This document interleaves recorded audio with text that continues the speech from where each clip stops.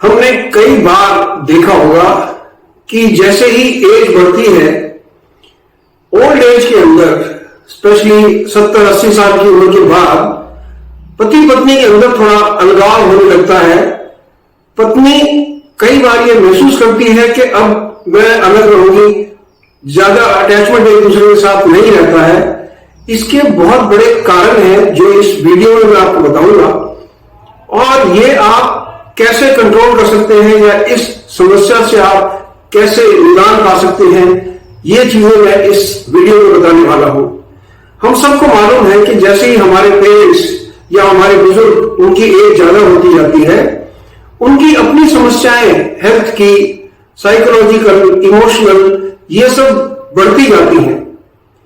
अब ऐसा क्या हो जाता है कि लेडीज या कपल के अंदर, हस्बैंड वाइफ में, वाइफ अपने आप को अकेला महसूस करने लगती है, जबकि वो रिलेशन शायद 40 से 50 साल पुराना शादी का रिलेशन रहा होगा। इसके बावजूद ऐसी क्या कमी आती है, इस वीडियो में ये बात करने जा रहा हूं। इन पॉइंट्स पर यदि आप ध्यान देंगे तो आपका जो अंत का जीवन होगा, यानी लास्ट के कुछ 10, 15, 20 साल जो होंगे आपकी उम्र की, वो सुखद भी होंगे और आप अच्छी हेल्थ और अच्छा एनवायरनमेंट एंजॉय कर सकते हैं।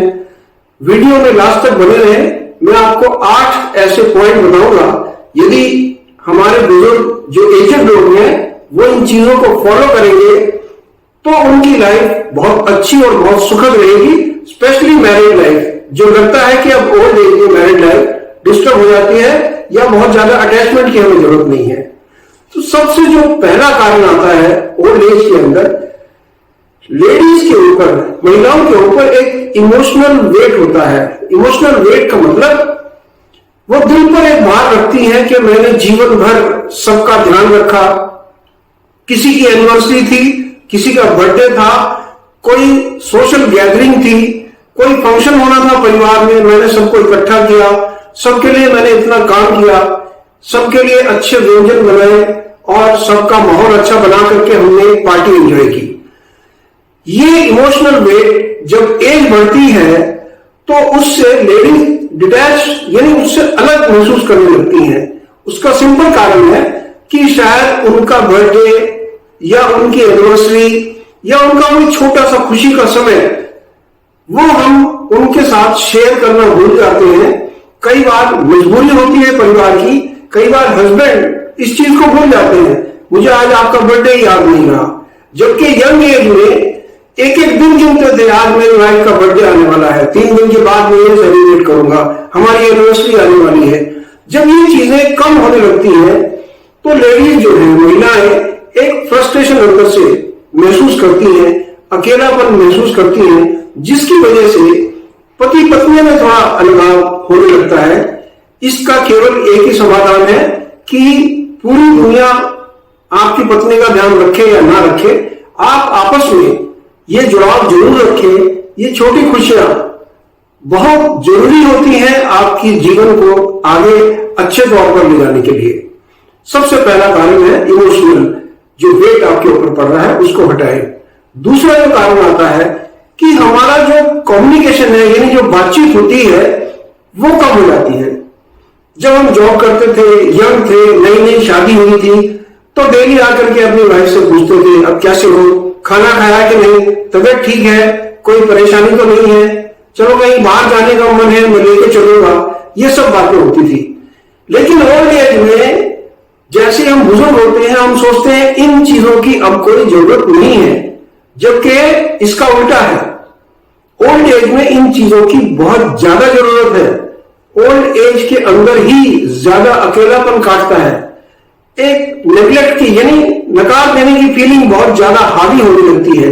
इसलिए अपने जीवन साथी का, यानी अपनी पत्नी का जो कम्युनिकेशन है, यानी उससे बातचीत लगातार बनाए रखें, उसकी तारीफ करें, उसके बारे में हालचाल पूछें, यह एक इंपॉर्टेंट फैक्टर आता है।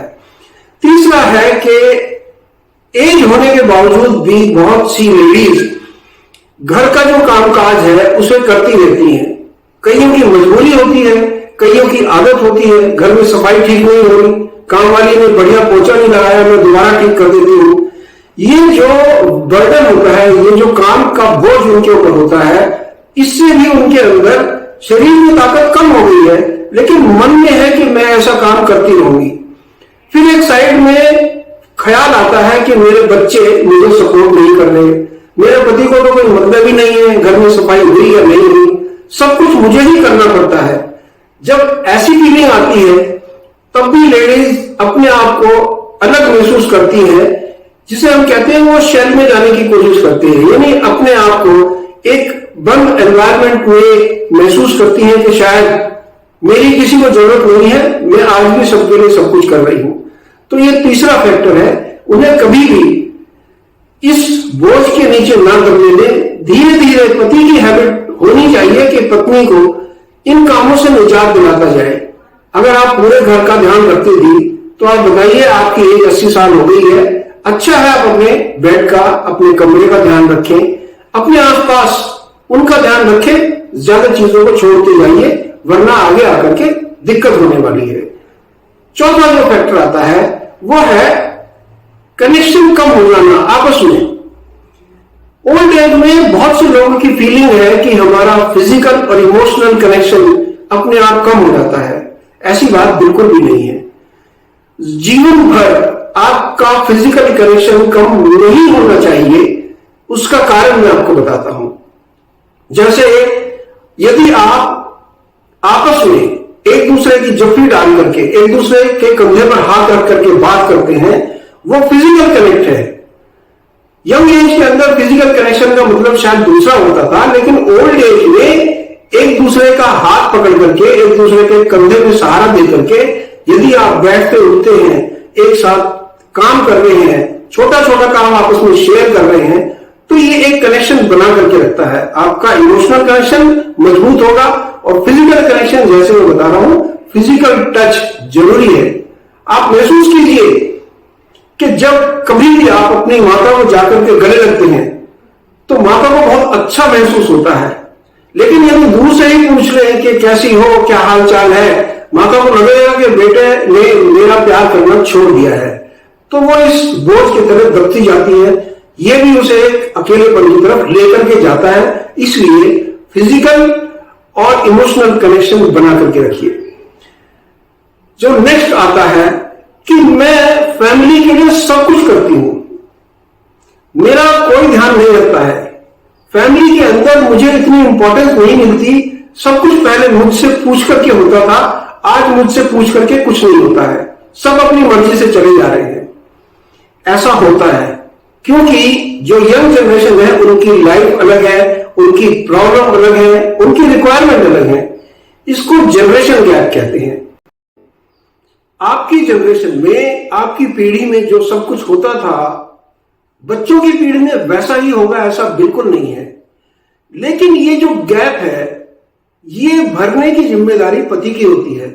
पत्नी को ये समझाए कि बच्चे अगर बिना पूछे बाहर घूमने चले गए, इसमें भावुक होने की जरूरत नहीं है।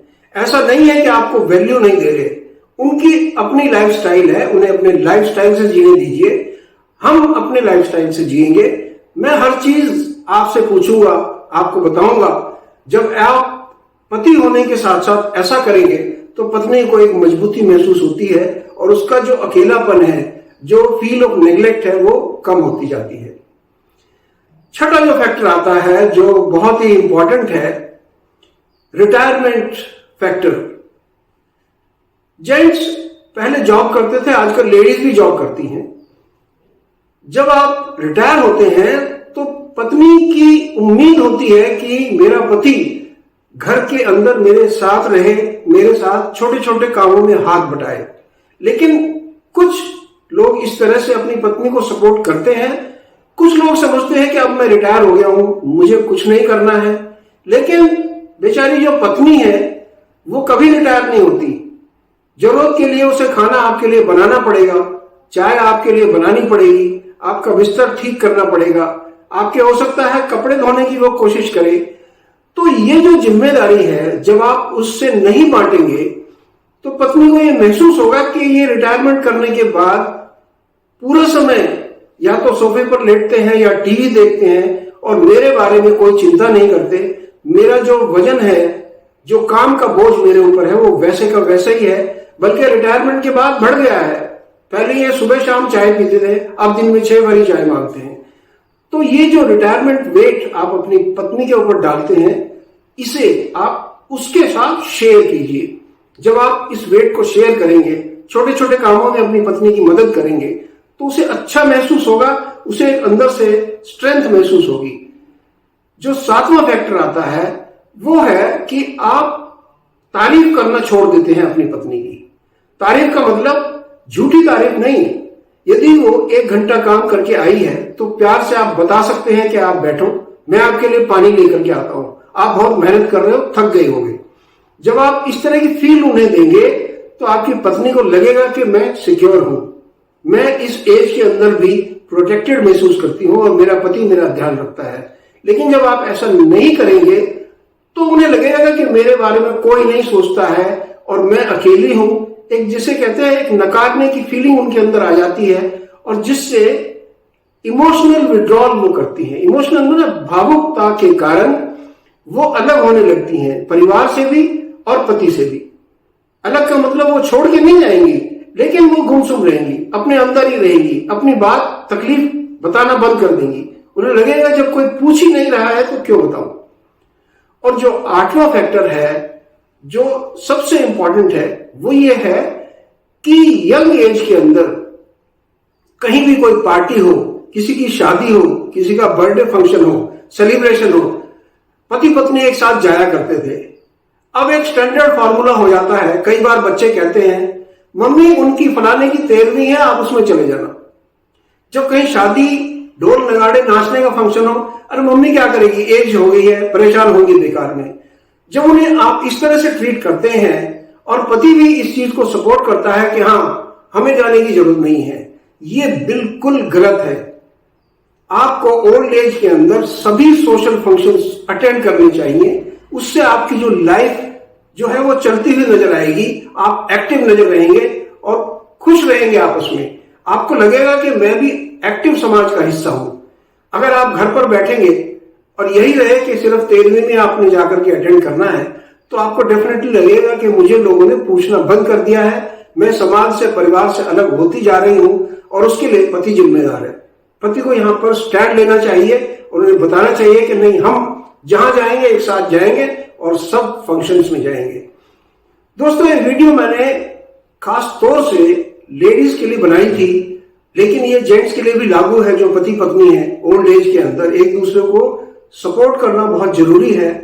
इमोशनल बैलेंस उनका बना करके रखना, इससे उनकी हेल्थ अच्छी रहेगी। आपका जो बॉन्ड है पति पत्नी का वो मजबूत रहेगा। लास्ट मिनट तक आपके जो फिजिकल और मेंटल और इमोशनल रिलेशन है वो इंटैक्ट रहेंगे, यानी एक साथ जुड़े रहेंगे और आप सुखी महसूस करेंगे। बहुत पुरानी कहावत होती थी कि जवानी से ज्यादा अपने जीवन साथी की आपको बुढ़ापे में जरूरत होती है, क्योंकि बच्चे बाहर चले जाते हैं, अपने काम पर हैं, तो केवल जो जीवन साथी है वो ही आपको हर चीज आपकी समझता है, आपको सपोर्ट कर सकता है। इसलिए एज ए कपल, पति पत्नी एक दूसरे को डेफिनेटली सपोर्ट कीजिए और अपनी ओल्ड एज को एंजॉय कीजिए। आप मेरे वीडियो में बने रहें, इसलिए मेरे चैनल को सब्सक्राइब करना और वीडियो को लाइक शेयर करना ना भूलें। बेल आइकॉन जरूर दबा दें ताकि मैं अगला वीडियो आप तक समय पर पहुंचा सकूं। कुछ दर्शकों की रिक्वेस्ट थी कि मैं एक वीडियो हेल्थ के बारे में, स्पेशली जब हार्ट प्रॉब्लम होती है उसके अंदर हमें कौन सी एक्सरसाइज करनी चाहिए या क्या योगा करना चाहिए, इसके बारे में बनाऊं। इससे अगली वीडियो में मैं आपको इस बारे में बताऊंगा। आप मेरे वीडियो पर आए, आपने देखा, इसके लिए मैं आप सबका धन्यवाद करता हूं। एक बार और रिक्वेस्ट करूंगा कि मेरे चैनल से जुड़े रहें, चैनल को सब्सक्राइब, वीडियो को लाइक शेयर जरूर करें। Take care, God bless.